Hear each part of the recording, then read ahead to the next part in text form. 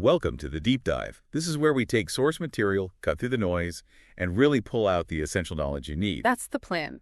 And today, we are diving into the updated Dungeons & Dragons 2024 rulebook. Yep. Specifically, we're hitting Chapter 5. The whole thing is just about feats. Right, so our mission today, we're going through, well, basically every rule, every description in this chapter, straight from the source material. We want to unpack how feats work, what options you actually have according to this text. Exactly. So you, the listener, walk away really understanding feats as they're laid out here. And just a reminder, this deep dive comes to you from the Dragons and Disasters YouTube channel. So first things first, what exactly are feats, according to this book? Okay, so the source basically says they're special features, right? They're not tied directly to your class. Okay. Think of them as representing extra training or experience, abilities that go, beyond what your class just gives you automatically. Ways to really customize them, make your character stand out. Precisely. It's all about adding that unique flavor or capability. And how do you get them? The source mentions backgrounds, right? Yeah, you can get one from your background sometimes. Yeah. And then at certain levels, when you level up... That's usually when you get that ability score improvement choice. Exactly. You get the choice, bump up your stats, or take a feat you qualify for instead. Okay, and the source highlights something really important right up front. Oh yeah, crucial point. However you get a feat background, level up, whatever, you can only take each feat once.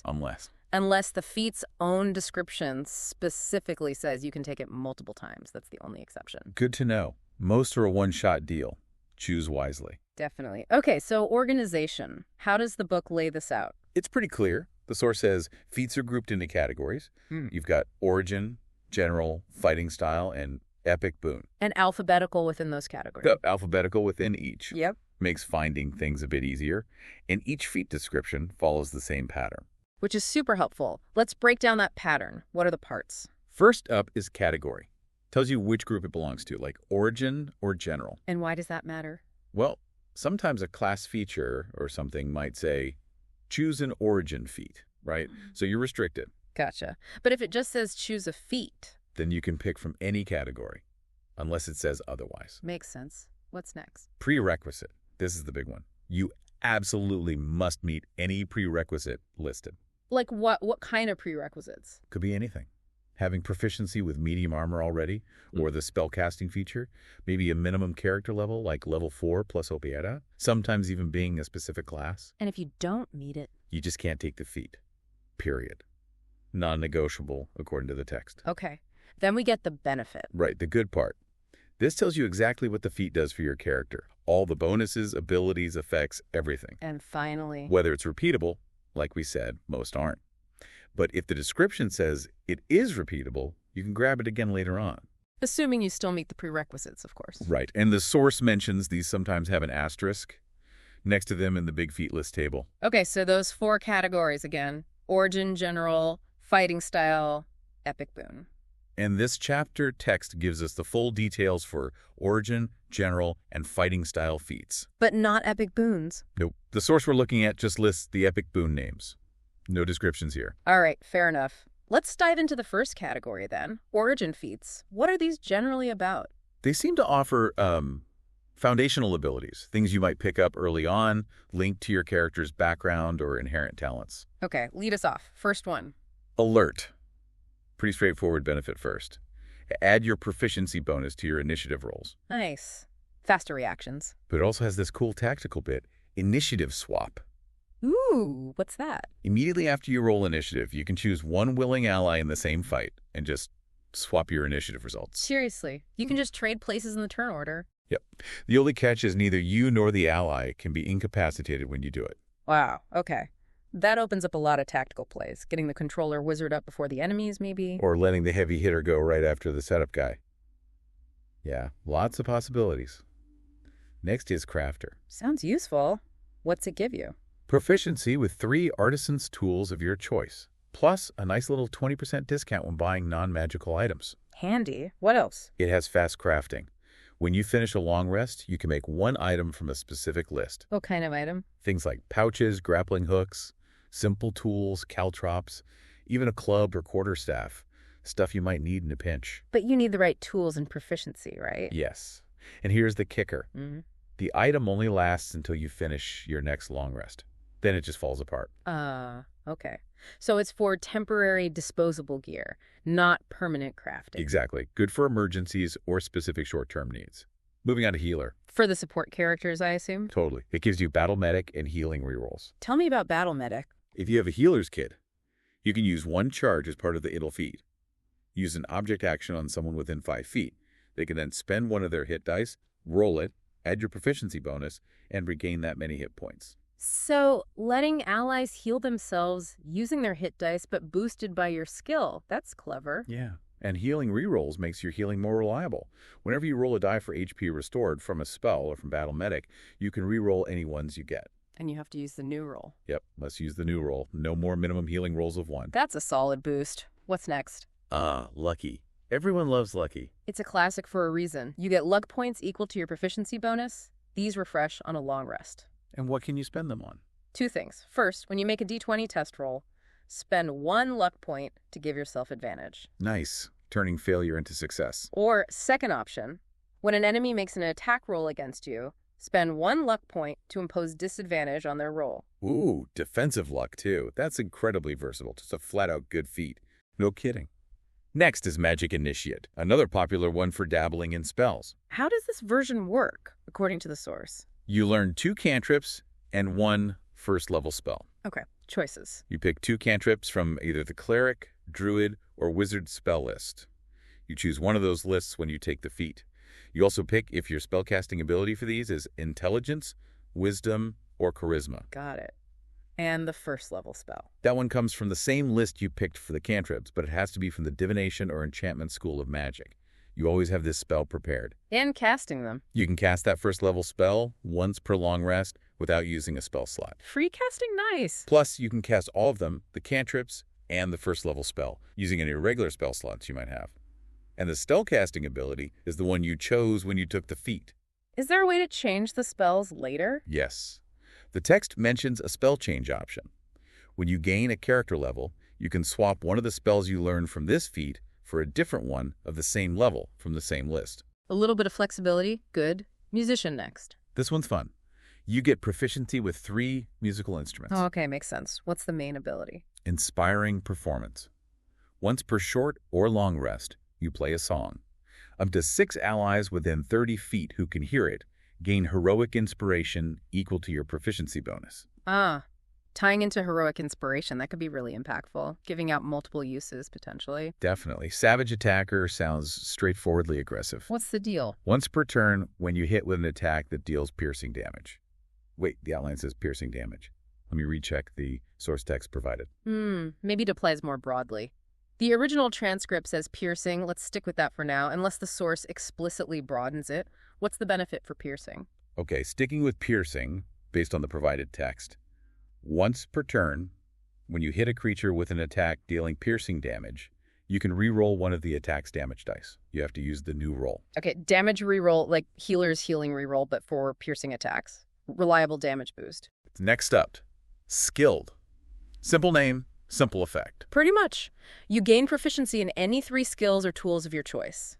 Mix and match. And the key thing here. It's repeatable. The source explicitly says you can take this one more than once. Just choose different skills or tools each time. Want to be good at everything. Take Skilled a few times. Okay, Tavern Brawler. For the rough and tumble types. What does it offer? 4 things. Enhanced Unarmed Strike, Damage Rerolls, Improvised Weapons Proficiency, and Push. Break those down. Enhanced unarmed strike. Instead of doing the normal 1 damage with an unarmed strike, you deal 1d4 plus your strength modifier bludgeoning damage. Damage rerolls. Plus you reroll any one you get on an unarmed strike damage die. Use the new roll. Improvised weapons. You gain proficiency with them. Broken bottles, chair legs, go nuts. And push. As part of an attack action using an unarmed strike or improvised weapon, you can deal damage and push the target 5 feet away. You can do this push part once per turn. Makes being a brawler much more effective, actually doing decent damage and controlling space a bit. Last origin feat. Tough. Pure health boost. How does it work? When you take the feat, your max HP increases by an amount equal to twice your current character level. Okay, a nice immediate chunk. And then every time you level up after taking the feat, your max HP increases by an additional 2 points. So it keeps scaling. That adds up significantly over a campaign. For sure. All right, that wraps up the origin feats. A good mix of utility, flavor, and some minor combat stuff. Ready for the big list? General feats. Let's do it. This is where a lot of the build-defining stuff usually is, starting with the most common one. Ability score improvement. And remember, the source notes this with an asterisk, meaning It's repeatable. You can take this multiple times. the benefit is simple. Increase one ability score by 2 or 2 different scores by 1. Can't go above 20, though. Standard choice, always solid. Next is actor. This one has prerequisites. Level 4+ and charisma 13+. That's the payoff. You increase your charisma by 1, max 20. Mm-hmm. And you get 2 abilities, impersonation and mimicry. Impersonation. Gives you advantage on charisma, deception, or performance checks when you're trying to pass yourself off as someone specific, real, or fictional. And mimicry. Lets you mimic sounds, including speech. Someone hearing it needs to make a wisdom insight check against your DC, 8+ prof bonus plus chamod, to realize it's fake. Cool. Great for spies, charlatans, performers. Athlete is next. Prerequisites. Level 4+ in strength or dexterity 13+ prom. Benefits. Increase strength or dexterity by 1, max 20. You gain a climb speed equal to your regular speed. You get hop. Hop. Means you only need 5 feet of movement to stand up from being prone instead of half your speed. Oh, that's useful. Getting knocked prone is less punishing. Yeah. Plus, you can make running long or high jumps after moving only 5 feet, not the usual 10. Makes you generally more mobile. Good stuff. Charger. Prerequisites. Level 4+ video, strength or dexterity 13+ weak. Increases strength or dexterity by 1, max 20. And the charge benefits. 2 parts. Improved dash. When you dash, your speed increases by an extra 10 feet for that action. Okay, faster dashes. And the main bit.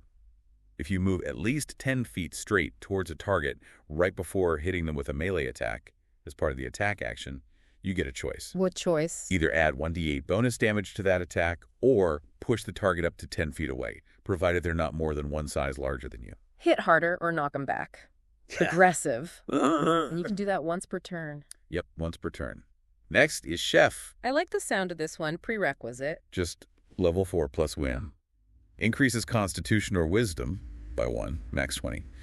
Gives proficiency with cook's utensils. And the cooking benefits. 2 main things, replenishing meal and bolster performance. Replenishing meal. During a short rest, you can cook special food for allies up to your proficiency bonus in number. If they eat it and spend hit dice, they regain an extra 100 d8 hit points on top of what they roll. Nice boost to short rest healing, bluster performance. After a long rest, spend an hour cooking treats, number equal to your proficiency bonus. These last 8 hours. Someone can eat one as a bonus action to gain temporary HP equal to your character level, plus the modifier of the ability score you boosted with this feat. Temporary HP snacks. Very nice support feat. Okay, crossbow expert. Prerequisites. Level 4+ expert, dexterity 13+ S. Increases dexterity by 1, max 20. What makes crossbows expert level? 3 things. First, you ignore the loading property of hand, heavy, and light crossbows. Lets you fire more often. Big one. Second. Firing in melee. Being within 5 feet of an enemy doesn't impose disadvantage on your crossbow attacks. Also huge. Third. Dual wielding. If you attack with a light crossbow using your action, and make the extra attack allowed by 2-weapon fighting rules like with a hand crossbow, you can add your ability modifier to the damage of that extra attack. Wow. Yeah, that feat totally changes how crossbows play. Essential for certain builds. Crusher. Prerequisite. Level 4+ Force. Yeah. Increases strength or constitution by 1, max 20. For bludgeoning weapons, right? Exactly. 2 benefits. Push and enhanced critical. Push. Once per turn, when you hit with a bludgeoning attack, you can move the target 5 feet to an empty space if they're not more than 1 size larger. A little bit of battlefield control. Enhanced critical. When you score a crit with bludgeoning damage, all attack rolls against that target have advantage until the start of your next turn. Oh, that's nasty. Setting up your allies after a big crit. Cool. Defensive duelist. Prerequisites. Level 4 plus money, dexterity 13 plus win. Sounds protective. It is. It gives you the parry reaction. How does parry work? If you're holding a finesse weapon in one hand, and only that weapon, and an enemy hits you with a melee attack, you can use your reaction. To do what? Add your proficiency bonus to your AC against that specific attack. Might make it miss. The AC bonus lasts until the start of your next turn, too. Reactive AC boost. Nice for nimble fighters. Dual wielder. Prerequisites. Level 4 plus 1 let in time hand. Strength or dexterity 13 plus 1. Increases strength or dexterity by 1, max 20. This is for 2-weapon fighting fans. Yep. Gives enhanced dual wielding and quick draw. Enhanced dual wielding? How's it different? It lets you use 2 one-handed melee weapons, even if they don't have the light property, for 2 weapon fighting. You still use your bonus action for the second attack, and you add your ability modifier to the damage of that bonus attack, unless it's negative. Ah, so you can use slightly heavier weapons, like 2 rapiers or long swords, if you meet other criteria, and you get the damage mod. Got it. Quick draw. Lets you draw or stow 2 one-handed weapons when you'd normally only be able to do 1. Speeds things up. Makes getting into the fight smoother. Okay, durable. Prerequisite. Level 4 plus soft. Increase the constitution by 1, max 20. More toughness. Yep. 2 benefits. Defty death and speedy recovery. Defty death. Advantage on death saving throws. Makes you harder to kill outright. Always good. Speedy recovery. As a bonus action, you can spend 1 of your hit dice, roll it, and regain that many hit points. Bonus action self-heal using hit dice. That's really good for staying in the fight. Elemental Adept. Another repeatable one, right? Correct. Marked with an asterisk. Prerequisites. Level 4 plus, and you need the spellcasting or pact magic feature. What's the benefit? Increase intelligence, wisdom, or charisma by 1, max 20. Then, energy mastery. Energy mastery. You pick 1 damage type. Acid, cold, fire, lightning, or thunder. Spells you cast ignore resistance to that damage type. Okay. Overcomes a common hurdle for casters. And when you roll damage for a spell of that type, you treat any 1 rolled on a damage die as a 2. Makes your damage more consistent. And since it's repeatable, you could eventually take it from multiple elements if you wanted. Exactly, but you have to pick a different damage type each time. Makes sense. Fey touched. Prerequisite. Level 4 plus. Increased intelligence, wisdom, or charisma by 1 max 20. Grants Fey magic. Fey magic sounds fun. It is. You learn Misty Step, and you choose 1 first-level spell from the Divination or Enchantment School. So you get 2 spells. Yep, you always have both prepared. You can cast each one once per long rest without using a spell slot. Free Misty Step and another utility spell. Awesome. And you can cast them using regular spell slots, too. The spellcasting ability is the one you increased with the feat. Very strong feat. Great mobility and utility. Grappler. Prerequisites. Level 4 plus Mayon, Strength or Dexterity 13 plus 4 Goten Paye. Increases Strength or Dexterity by 1 max 20. For wrestling fans, what do you get? 3 things. Punch and grab, attack advantage, and fast wrestler. Punch and grab. Once per turn, when you hit with an unarmed strike as part of the attack action, you can apply the damage and attempt to grapple the target as part of the same action. Oh, action economy boost. Damage and grab together. Nice. Attack advantage. You have advantage on attack rolls against any creature you are currently grappling. Makes sense. Pin him down and beat him up. Fast wrestler. When you move a creature you're grappling, your speed is only halved instead of reduced more as long as the creature is your size or smaller. Makes dragging enemies around easier. Good package for grapplers. Great weapon master. Prerequisites. Level 4 plus 4, Strength 13 plus 4 spends. Increases strength by 1, max 20. The big one for heavy hitters. What are the benefits? Heavy weapon mastery and hint. Heavy weapon mastery. Is this the power attack thing? Not exactly like the old power attack. This version says, when you hit with a weapon that has the heavy property as part of the attack action, you can choose to make the weapon deal extra damage equal to your proficiency bonus. Ah, so it's just bonus damage on hit, not a trade-off for accuracy. According to this description, yes. Just bonus damage equal to proficiency bonus when you hit with a heavy weapon on your turn's attack action. Interesting change. What's hint? Immediately after you score a critical hit or reduce a creature to 0 HP with a melee weapon, you can make 1 attack with the same weapon as a bonus action. The classic cleave crit bonus attack. Still very strong. Okay, heavily armored. Prerequisites. Level 4 plus, and you need medium armor training already. Increases strength or constitution by 1, max 20. And the benefit? Simple. Armor training. You gain proficiency with heavy armor. Straightforward upgrade path, and there's heavy armor master. Prerequisites. Level 4 plus, and you need heavy armor training already. Increases strength by 1, max 20. And its benefit? Damage reduction. While you're wearing heavy armor, any bludgeoning, piercing, or slashing damage you take from an attack is reduced by an amount equal to your proficiency bonus. Whoa! Reducing damage from every physical attack by your prof bonus? That's huge for tanking. Yeah, that adds up incredibly fast against enemies making multiple attacks. Inspiring leader. Prerequisites. Level 4 plus Inte, Wisdom or Charisma 13 plus Ply. Increases Wisdom or Charisma by 1, max 20. Sounds like another support feat. It is. Benefit is bolstering performance. What kind of performance? After a short or long rest, you give a little speech, a song, whatever. It takes about 10 minutes according to older similar abilities. Maybe similar here.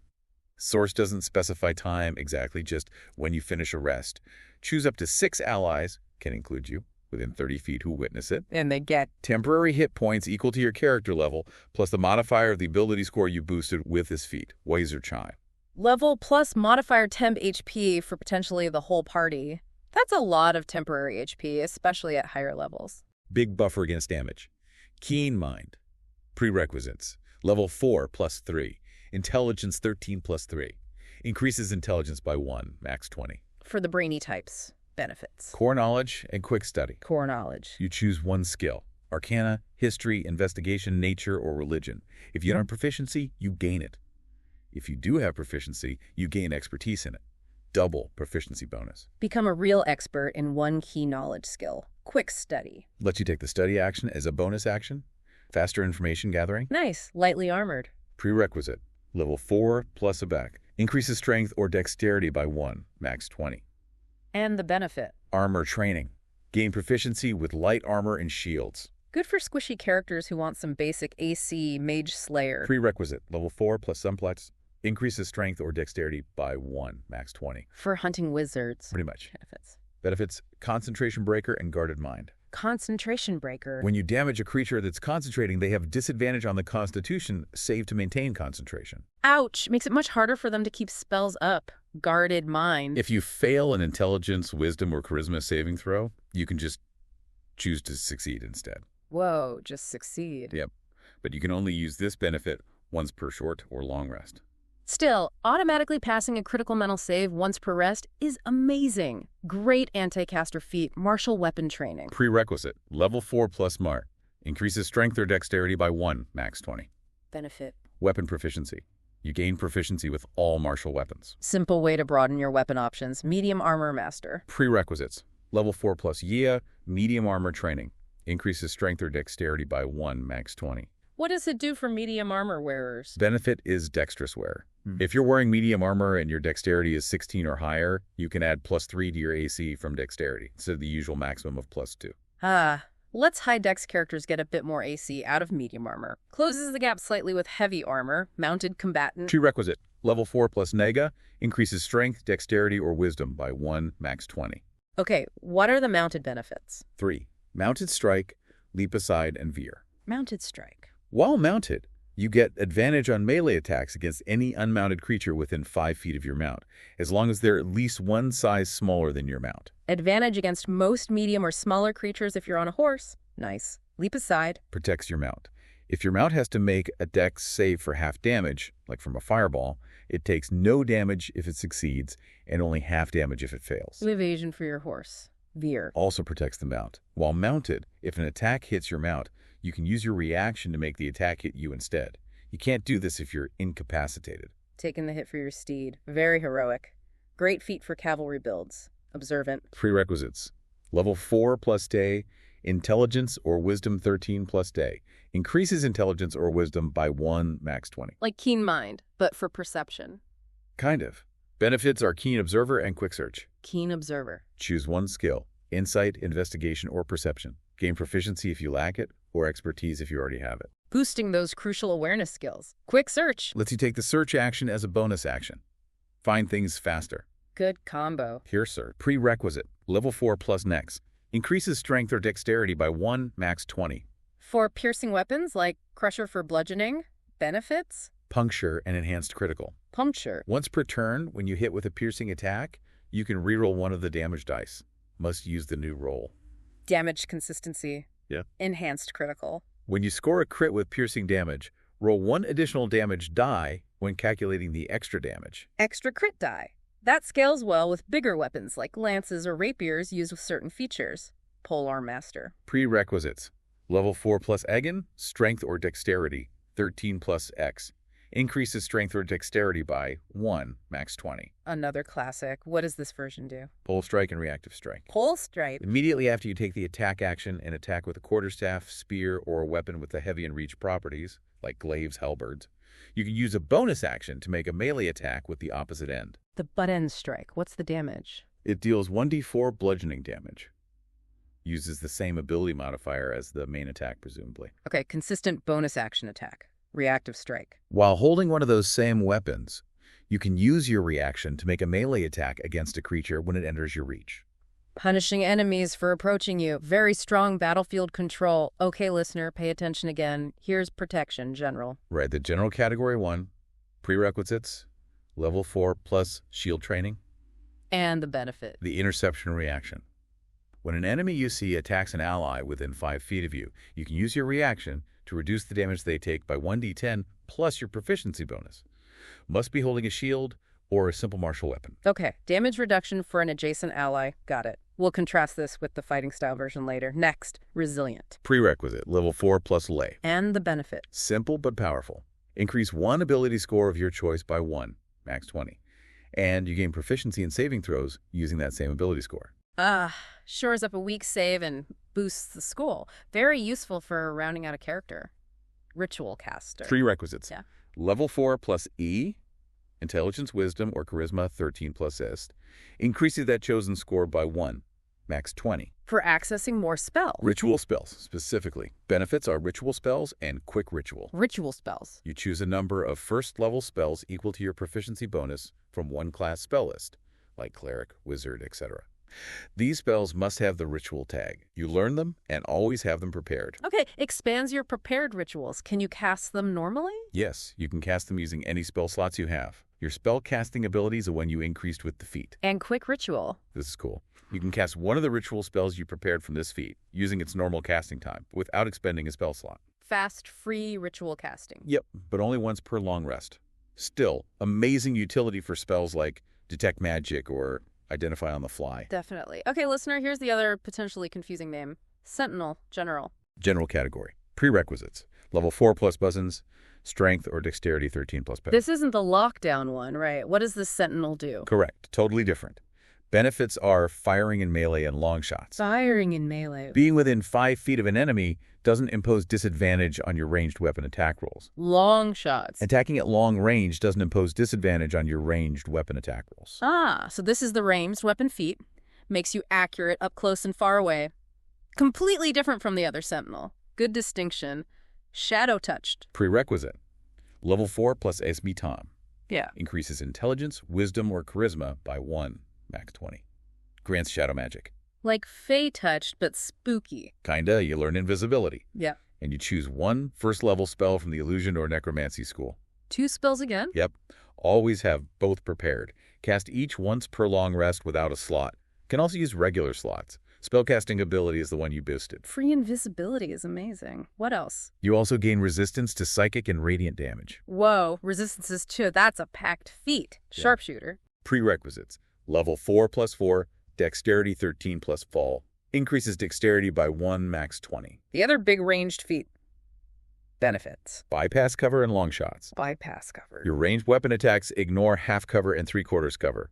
Enemies can't hide as effectively. Long shots. Attacking at long range doesn't impose disadvantage on your ranged weapon attacks, same as the general Sentinel feat's benefit. So Sharpshooter gives cover ignoring and long range accuracy, essential for archers and gunners. Shield Master. Prerequisites. Level 4 plus 4, shield training. Increases strength or dexterity by 1, max 20. For shield users, what benefits? Shield bash and interpose shield. Shield bash. When you take the attack action, you can use your bonus action to make an attack with your shield.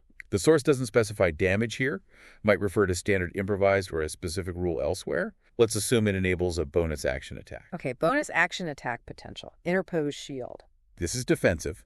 When you're subjected to an effect that allows a dexterity save for half damage, like Dragon Breath or Fireball, you can use your reaction. To do what? If you succeed on the save, you take no damage instead of half. If you fail the save, you only take half damage, as usual. Okay, like evasion but with a shield? Is that it? There's a kicker. If you failed the save and took half damage, you can also use that same reaction to push the creature that caused the effect 5 feet away from you. Push the caster away after you take damage from their spell. Interesting. Can you use that push part often? The description says you can use the interposed shield benefit, the whole reaction, only once per turn. Got it. Good defensive and utility option for shield users. Skulker. Prerequisites. Level 4 plus Miro, dexterity 13 plus Mailer. Increases dexterity by 1, max 20. For the sneaky types, what does it give? Blind sight, 10 feet range, Yeah. fog of war, and sniper. Blind sight 10 feet, okay. Fog of war. You gain advantage on dexterity stealth checks made as part of the hide action during combat. Makes hiding in battle easier. And sniper. If you make a ranged attack roll while hidden and the attack misses, making the attack roll doesn't reveal your position. Ooh, stay hidden even if you miss. That's fantastic for snipers. Slasher. Prerequisite.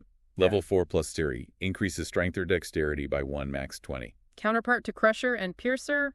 Benefits. Hamstring and enhanced critical. Hamstring. Once per turn, when you hit with a slashing attack, you can reduce the target speed by 10 feet until the start of your next turn. Slows them down. Enhanced critical. When you score a crit with slashing damage, the target has disadvantage on all attack rolls until the start of your next turn. Crippling debuff on a crit. Very nice. Speedy. Prerequisites. Level 4 plus psi, dexterity, or constitution 13 plus ways. Increases dexterity or constitution by 1. Max 20. Just makes you faster. Pretty much. Speed increase. Your speed goes up by 10 feet. Dash on difficult terrain. When you dash, difficult terrain doesn't cost you extra movement that turn. Agile movement. Opportunity attacks made against you have disadvantage. Faster, better movement through bad terrain, harder to hit when you run away. Good mobility package. Spell sniper. Prerequisites. Level 4 plus, axe stake, spellcasting, or pack magic feature. Increases intelligence, wisdom, or charisma by 1, max 20. The caster equivalent of sharpshooter. Essentially. Benefits? Bypass cover, casting in melee, and increased range. Bypass cover. Your spell attack rolls ignore half cover and 3/4 cover. Casting in melee. Being within 5 feet of an enemy doesn't impose disadvantage on your spell attack rolls. Increased range. When you cast a spell that requires an attack roll and has a range of at least 10 feet, you can increase its range by 60 feet. Makes spell attacks much more reliable and flexible. Great for blasters. Telekinetic. Prerequisite. Level 4 plus charisma. Increases intelligence, wisdom, or charisma by 1, max 20. Moving things with your mind. Yep. Benefits. Minor telekinesis and telekinetic shove. Minor telekinesis. You learn the mage hand cantrip, but better. You can cast it without verbal or somatic components, make the hand invisible, and its range increases by 30 feet. Spellcasting ability is the one you boosted. Super sneaky mage hand. Telekinetic shove. As a bonus action, target one creature you see within 30 feet. They make a strength save, DC 8 plus your boosted ability mod plus proc bonus. If they fail, you move them 5 feet either towards you or away from you. Bonus action forced movement. Incredibly useful for positioning allies or enemies. Very cool feat. Telepathic. Prerequisite. Level 4 plus lasting. Increases intelligence, wisdom, or charisma by 1, max 20. Mind reading. Close. Benefits. Telepathic utterance and detect thoughts. Telepathic utterance. You can speak telepathically to any creature you see within 60 feet. They understand only if they know the language you're speaking. It's one way. They can't reply telepathically unless they have their own ability. Silent communication. Detect thoughts. You learn the detect thoughts spell and always have it prepared. You can cast it once per long rest without using a spell slot or components. You can also cast it normally using slots. Spellcasting ability is the one you boosted. Free detect thoughts and silent speech. Excellent for social encounters and infiltration. Warcaster. Prerequisites. Level 4 plus Begreg, spellcasting or pact magic feature. Increases intelligence, wisdom, or charisma by 1, max 20. The essential feat for Gish builds. Pretty much the gold standard. Benefits? Concentration, reactive spell, and somatic components. Concentration. Advantage on constitution saving throws made to maintain concentration on a spell. Huge. Reactive spell? When a creature provokes an opportunity attack from you, you can use your reaction to cast a spell at them instead. Yeah. The spell must have a casting time of 1 action and target only that creature. Cast a spell as an opportunity attack. Amazing somatic components. You can perform the somatic hand gesture components of spells, even when you have weapons or a shield in one or both hands. Raise up your hands. Yeah, Warcaster is still amazing for frontline casters. Last general feat, Weapon Master. Prerequisite, level 4, plus increases strength or dexterity by 1, max 20. What does this one do? It's not just proficiency, right? No, this is about weapon mastery's benefits. Mastery training and mastery change. Mastery You choose one kind of simple or martial weapon you're proficient with. You learn to use its mastery property. So it grants access to a weapon's special mastery effect, like Vex or Nick. Exactly. Mastery change lets you swap which weapon's mastery you can use.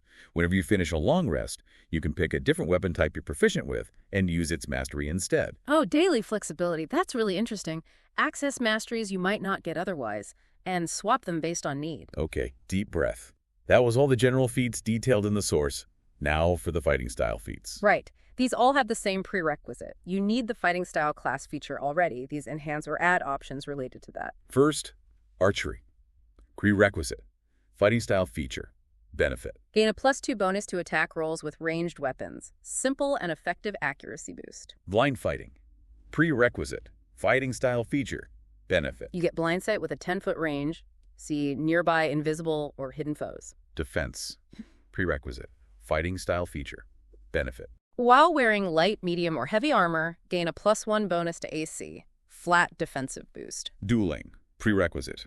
Fighting style feature. Benefit. When holding a melee weapon in one hand and no other weapons, gain a +2 bonus to damage rolls with that weapon for one-handed weapon specialists. Great weapon fighting. Prerequisite. Fighting style feature. Benefit. When you roll a 1 or 2 on a damage die for an attack with a two-handed or versatile melee weapon held in two hands, you can treat the roll as a 3 instead. Better minimum damage. Interception. Prerequisite. Fighting style feature. Benefit. When a creature you see attacks an ally within 5 feet, use your reaction to reduce the damage by 1d10 plus proficiency bonus. Must hold a shield or weapon. Okay, listener, notice this. This fighting style feat, interception, has the exact same benefit as the general feat called Protection General. Right. Same reaction, same damage reduction. The only difference in the source is the prerequisite. Fighting style feature here versus shield training for the general version. Odd naming, but the effect is identical. Good catch. Now here's the other protection feat. Protection, fighting style. Prerequisite, fighting style feature. And this one is different. Benefit. When a creature you see attacks a target other than you within 5 feet of you, use your reaction to interpose your shield. Okay, what does interpose shield do? You impose disadvantage on the triggering attack roll. And if you stay within 5 feet, all other attacks against that same target also have disadvantage until the start of your next turn. Ah, so this one imposes disadvantage, while the other one, interception general protection, reduces damage. Totally different effects. Exactly. You really need to check the category and description for protection interception feats. No kidding. Okay, moving on. Thrown weapon fighting. Prerequisite. Yeah. Fighting style feature. Benefit. When you hit with a ranged attack using a thrown weapon, gain a +2 bonus to the damage roll. Makes throwing daggers axes hit harder. 2 weapon fighting. Prerequisite. Fighting style feature. Benefit. When you make that extra attack with a light weapon as a bonus action from 2 weapon fighting rules, you can add your ability modifier to the damage of that extra attack. The classic pairing with the dual wielder feat, letting you get full damage on both hits. Unarmed fighting. Prerequisite. Fighting style feature. Benefit. Your unarmed strikes deal 1d4 plus strength modifier bludgeoning damage instead of 1. Also, at the start of your turn, you can deal 1d6 bludgeoning damage to one creature you have grappled. Passive damage to grappled foes. Nice. And the unarmed strike damage die increases to a d8 if you aren't holding any weapons or a shield. Gives a solid martial arts option via the fighting style feature. Finally, the other Sentinel fighting style. Prerequisite. Fighting style feature. Okay, this is the lockdown one. Yes. Very different from General Sentinel. 3 benefits here. First, when an enemy within 5 feet attacks someone other than you, use your reaction to make their speed 0 for the rest of the turn. Stops them moving away after attacking your friend. Creatures within 5 feet provoke opportunity attacks from you, even if they use the disengage action. No safe retreat. Third, when you hit a creature with an opportunity attack, their speed is reduced to 0 for the rest of the turn. Stops them completely if they try to leave. Yeah, that's the Sentinel focused on controlling enemy movement and punishing attacks on allies. Completely different from the General Sentinel's range focus. Absolutely crucial distinction based on the category. Phew. Okay, that covers all the feats with detailed descriptions in this chapter source. Origin, general, and fighting style. What about the epic boon feats? Right. As we said, the source material lists them by name under the Epic Boon category, but doesn't give the descriptions here. So we know they exist, probably for very high-level characters, but not the mechanics from this text. Let's just read out the names provided. Boon of combat prowess. Boon of dimensional travel. Boon of energy resistance. Boon of fate. Boon of fortitude. Boon of irresistible offense. Sounds scary. Boon of recovery. Boon of skill. Boon of speed. Boon of spell recall. Boon of the night spirit. And Boon of True Sight. Yeah, those names definitely suggest powerful, game-changing abilities for epic tier play. Dimensional travel, True Sight. Wow. Things that could really alter how a character interacts with the world. So, Stepping back from all these details, this deep dive into Chapter 5 really shows how Feats in the 2024 rules provide a massive toolkit for customization. Absolutely. You can layer these on top of your class and background to create something truly unique. We've covered every feat described in the source chapter, giving you the full landscape of options presented here. So as you're thinking about your characters, or maybe planning a new one, which of these really jumps out at you? How could taking, say, Faye touched on a barbarian change things? Or maybe Crusher on a monk? Could inspiring leader make your bard the ultimate buffer? Or maybe heavy armor master on a cleric turns them into an unkillable tank? These are the options straight from Chapter 5 of the 2024 rulebook source material we analyzed today. It's a lot to digest, but hopefully breaking it down feat by feat helped make sense of it all. And that wraps up our deep dive into D&D 2024 Chapter 5, Feats. We really hope this detailed walkthrough helps you navigate these choices for your games. Thanks for joining us for this deep dive on the Dragons and Disasters channel. Now, here's a final thought to chew on. How might combining some of these feats lead to unexpected synergies? Like, what happens if you take Polearm Master and Sentinel, fighting style? Or maybe Actor and Telepathic for the ultimate infiltrator?